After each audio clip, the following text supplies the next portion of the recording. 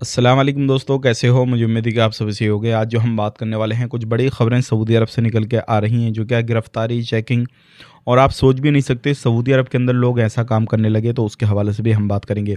पूरी इन्फॉर्मेशन आपको मिलेगी, जो क्या लोगों को काफ़ी ज़्यादा ज़रूरी है ये चीज़ जानना। आपने सोचा होगा कि सऊदी के अंदर कोई भी नकली सामान, डुप्लिकेट, एक्सपायरी इस तरीके से नहीं मिल सकता, लेकिन मिल सकता है, मार्केट में चल रहा है। पूरी जानकारी मिलेगी। एक बंदे ने अपने कफ़िल की ही जान ले ली, उसके हवाले से भी हम बात करेंगे। चैनल को आप पहली बार देख रहे हैं, सब्सक्राइब करें और साथ ही साथ बेल आइकन ज़रूर प्रेस कर दें, आने वाले वक्त में सही जानकारी आपको मिलती रहे और आप हमेशा हमारे साथ में जुड़े रहें। सबसे पहले हम बात कर लेते हैं, रियाद पुलिस ने एक ऐसी गैंग का पर्दाफाश किया, जो क्या खाने-पीने का सामान था, चाहे वो ऑयल हो या फिर कोई भी फूड वगैरह हो, कुछ भी किसी भी तरीके का सामान हो, जो फैक्ट्रियाँ वगैरह बनाती हैं। फूड वगैरह ऐसे जो क्या काफ़ी समय के रखे हुए, वो भी आपको सेल किए जा रहे हैं और उनकी एक्सपायरी जो है वो चेंज की जा रही थी और कुछ कंपनियों के अलग-अलग नाम दिए जा रहे थे। बड़ी-बड़ी कंपनियाँ, बड़े-बड़े देशों की जो यूरोप कंट्रियों की कंपनियाँ हैं, उनके नाम दिए जा रहे थे। तो ऐसी गैंग का पर्दाफ़ाश किया गया है और गिरफ़्तारी की गई है। तो अगर आप सऊदी अरब के अंदर रहते हैं, तो देखा वाली से जहाँ से आप सामान वग़ैरह लेते हैं खाने-पीने का, तो वहाँ पे ये ज़रूर देखें कि ये मॉल है, शॉप है या फिर क्या है, क्या नहीं है, आपको ऐसा सामान भी मिल जाएगा। अब बात कर लेते हैं यहाँ पे अगली खबर की तरफ। जो अगली खबर आ रही है निकल के, ये भी काफ़ी ज़्यादा इम्पोर्टेंट है। 3 लोगों को गिरफ़्तार किया गया है और ये तीनों बांग्लादेशी थे। अगर आप सऊदी अरब के अंदर काम कर रहे हैं, तो ऐसी गलत हरकत ना करें, क्योंकि ये कुछ ऐसी गलत हरकतें कर रहे थे जो कि इनको नहीं करनी चाहिए और ये लड़कियों को इशारेबाजी, छेड़ा-छाड़ी इस तरीके से कर रहे थे।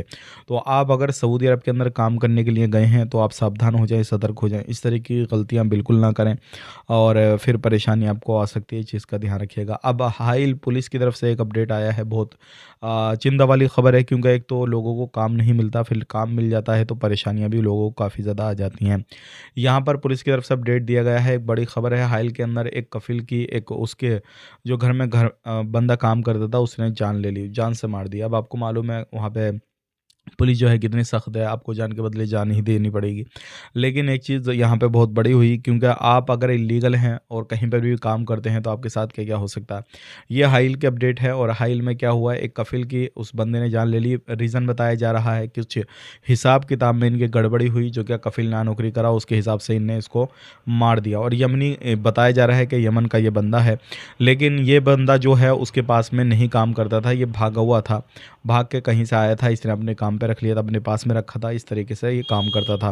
तो अब जो लोग रखते हैं इस तरीके से कहीं पर भी किसी भी तरीके से, तो हो सकता है आपको परेशानी हो, क्योंकि अगर आप कहीं पर भी रहते हैं, कोई आपको पनाह देता है, किसी के पास काम करते हैं, तो ये भी एक इल्लीगल काम है। आप किसी के पास में रह के काम नहीं कर सकते, आप पर भी फ़ाइन लगेगा, आपको डिपोर्ट किया जाएगा और जो बंदा रखा हुआ है आपको, उसके ऊपर भी कार्रवाई की जाएगी, उसके ऊपर भी बड़े-बड़े जुर्माने लगेंगे।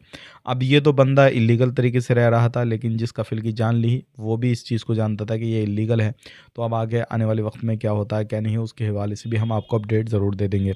अब बात कर लेते हैं यहाँ पे अगली खबर की तरफ। जो अगली खबर आ रही है निकल के, ये उन लोगों के हवाले से आ रही है जो लोग सफ़र करने वाले हैं हाल ही में, उनको सावधान होना चाहिए। अपने साथ में कुछ ऐसा लगेज लेकर जाते हैं, मिसाल के तौर पे अपने साथ कुछ एक्स्ट्रा लगेज वो डाल लेते हैं। अगर उनका 35 किलो, 40 किलो या 45 किलो लगेज है टोटल, तो वो अपने साथ में 2-4 किलो भर्ती कर लेते हैं, फिर एयरपोर्ट पे जाकर परेशान होते हैं। तो मैं आपको बताना चाहूँगा, जिस भी एयरलाइंस का आप टिकट ले रहे हैं, तो आप अपने लगेज को घर ही वज़न कर लें और ज़्यादा लगेज ना लेकर जाएँ। अगर 1-2 किलो ज़्यादा होगा, वो आपका निकाल के फेंक दिया जाएगा, नहीं तो आपको एक्स्ट्रा पेमेंट जो है उसको देना पड़ेगा।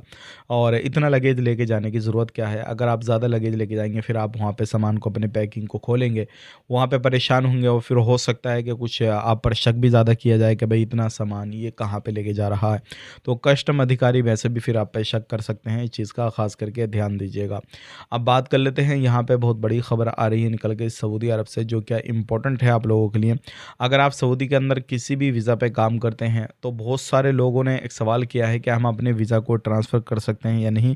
तो बिल्कुल आप अपने वीज़ा को ट्रांसफ़र कर सकते हैं। ये कानून आपको अब जो है आपके लिए भी जो है अच्छा रहेगा। आने वाले वक्त में जो कानून है वो लागू होने वाला है। लगभग 15 से 20 दिन बाकी हैं सिर्फ़ और सिर्फ़, और उसके बाद में आप इस चीज़ का फ़ायदा उठा सकते हैं।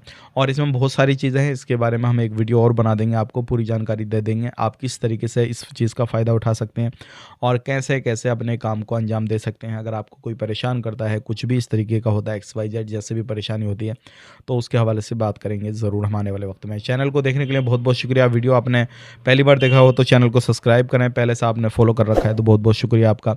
कमेंट करके अपनी राय बता दें, कोई भी आपको परेशानी है, कुछ भी है, किसी भी तरीके के बारे में जानना है तो कमेंट कर दें, इंशाल्लाह आपको जवाब देने की कोशिश की जाएगी। आप अपना ख्याल रखें, अपनी फैमिली वालों का ख्याल रखें। Take care, bye bye.